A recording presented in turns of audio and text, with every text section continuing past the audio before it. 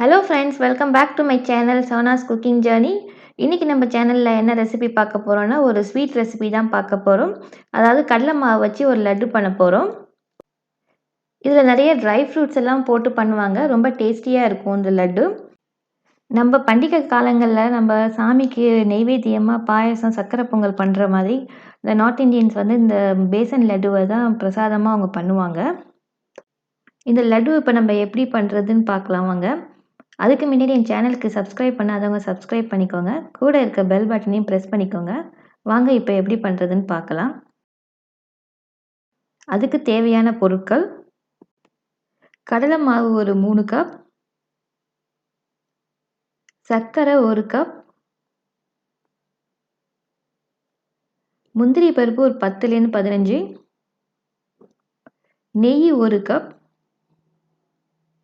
பாதாம் பருப்பு 10லேருந்து 15, ஏலக்காய் தூள் 1 டீஸ்பூன். இப்போ எப்படி பண்ணலான்னு பார்க்கலாம் வாங்க. ஒரு கடாயில் நம்ம இப்போ எடுத்து வச்சுருக்க நெய்யை சேர்த்துக்கலாம். நான் வந்து ஒரு 3/4 கப்பு தான் போட்டிருக்கேன். பாக்கி கொஞ்சம் வச்சுருக்கேன். தேவைப்பட்டதுன்னா கடைசியாக லட்டு பண்ணுறப்ப சேர்த்துக்கலான்னு. நெய் இப்போ சூடானதுக்கப்புறம் நம்ம இதில் எடுத்து வச்சுருக்க கடலை மாவு இதில் சேர்த்துக்கலாம். சேர்த்துட்டு இப்போ வந்து இதை வந்து நம்ம நல்லா வறுக்க போகிறோம். இப்போ நல்லா மிக்ஸ் ஆகட்டும். நெய்யோட மிக்ஸ் ஆகிற அளவுக்கு கொஞ்சம் கிண்டிக்கோங்க.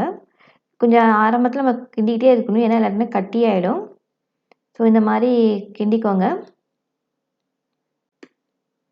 இது கொஞ்சம் இப்போ ட்ரையாக இருக்குது. இதில் நான் இன்னும் ஒரு ஸ்பூனு இல்லை நெய் சேர்த்துக்க போகிறேன். நெய்யை சேர்த்து இதை நல்லா கிண்டி விட்டுக்கலாம்.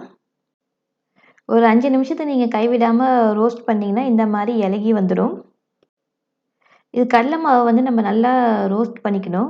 நீங்கள் ரோஸ்ட் பண்ணுறப்ப வீடே ஒரே கமகமன்னு வாசனையாக இருக்கும். இல்லைனா வந்து உங்களுக்கு வந்து ஒரு மாதிரி கசப்பு தன்மை இருக்கும். அந்த மாவோட கசப்பு வந்து லட்டில் தெரியும். கடலை மாவு வந்து நைஸாக இருக்கும். ஸோ லட்டு சாப்பிட்றப்ப ரொம்ப நைஸாக இருந்ததுன்னா அந்த டெக்ஸ்சர் நல்லா இருக்காது. அது வந்து மணல் மணலாக இருக்கிறதுக்காக நம்ம இதில் வந்து 1 டேபிள் ஸ்பூன் அளவுக்கு தண்ணி தெளிச்சிக்க போகிறோம். தண்ணி தெளித்ததுக்கப்புறம் இதுமாதிரி நுரையா நுரைச்சிட்டு வரும். இது நுரை அடங்குற வரைக்கும் நம்ம கைவிடாமல் கிண்டிக்கிட்டே இருக்கணும். இப்போ பாருங்க நுரையெல்லாம் அடங்கிட்டுது. அதை இன்னும் நம்ம ஒரு 5 நிமிஷம் ரோஸ்ட் பண்ணிவிட்டு அடுப்பு ஆஃப் பண்ண வேண்டியதான். இப்போ வந்து ஆஃப் பண்ண உடனே நம்ம இன்னொரு பிளேட்டுக்கு இதை வந்து மாற்றிடணும். ஏன்னா அப்படியே விட்டுட்டா அது கீழே கருவி போயிடும் சூடாக இருக்கிறதுனால. இப்போ நம்ம இதை பிளேட்டில் மாற்றி வச்சிடலாம். இப்போ இதில் ஏலக்காய் பவுடர் சேர்த்துக்கலாம். அப்புறம் நான் இன்றைக்கி பாதாம் பருப்பை வந்து இந்த மாதிரி சின்ன சின்னதாக நறுக்கி வச்சுருக்கேன். அதையும் இதில் சேர்த்துக்கலாம். கொஞ்சம் சூடாக இருக்கப்பே போட்டிங்கன்னா அது கொஞ்சம் கிறிஸ்பியாக ஆகும். அப்புறம் அந்த முந்திரி பருப்பு இந்த மாதிரி சின்னதாக கட் பண்ணியிருக்கேன், அதையும் சேர்த்துருக்கேன். உங்களுக்கு வேறு ஏதாவது நட்ஸு போடணுன்னாலும் நீங்கள் போட்டுக்கோங்க. போட்டுட்டு இதை கொஞ்சம் நல்லா மிக்ஸ் பண்ணி விட்டுடலாம். அந்த சூட்லேயே அது கொஞ்சம் நல்லா ரோஸ்ட் ஆகிடும். இது நம்ம நெய்யிலலாம் வறுத்துட்டு போட வேணாம். அதுக்கு டேரெக்டாகவே இதில் போட்டுட்டு இப்போ இதை நம்ம மிக்ஸ் பண்ணி விட்டுட்டு நம்ம வந்து ஆற வைக்க போகிறோம். இது ஆறுறதுக்கு ஒரு 15லேருந்து 20 நிமிஷம் ஆகும். அதுக்கு முன்னாடி ஒரு 2 நிமிஷத்துக்கு இந்த மாதிரி மிக்ஸ் பண்ணி விட்டுக்கோங்க, அடியில் கொஞ்சம் சூடு ஆறுறதுக்காக. அப்புறமா இதை வந்து நம்ம இப்போ ஆற வச்சிடலாம். இப்போ 15-20 நிமிஷம் ஆயிட்டுது. இப்போ வந்து நல்லா ஆறி போயிட்டுது. இதில் வந்து இப்போ நம்ம வந்து சர்க்கரையை சேர்த்துக்க போகிறோம். சூடாக இருக்கிறப்ப சர்க்கரையை சேர்க்கக்கூடாது. சேர்த்தா சர்க்கரை வந்து தண்ணி ஆகிடும். அப்புறம் லட்டு பிடிக்க வராது. நல்லா ஆறுனதுக்கப்புறமா இதை சர்க்கரையை சேர்த்துக்கோங்க. சேர்த்துட்டு இப்போ எல்லாத்தையும் நல்லா மிக்ஸ் பண்ணி விட்டுடலாம். இப்போ எல்லாம் மிக்ஸ் ஆகி இப்போ நல்லா இந்த மாதிரி வந்துட்டுது. இனிமேல் நம்ம வந்து லட்டு பண்ணிட வேண்டியதான். உங்களுக்கு எந்த சைஸில் வேணுமோ அந்த சைஸில் லட்டு பண்ணிக்க வேண்டியதான்.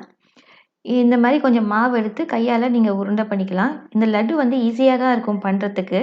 பார்த்தீங்கன்னா கொஞ்சம் சாஃப்டாக இருக்கிற மாதிரி இருக்கும்.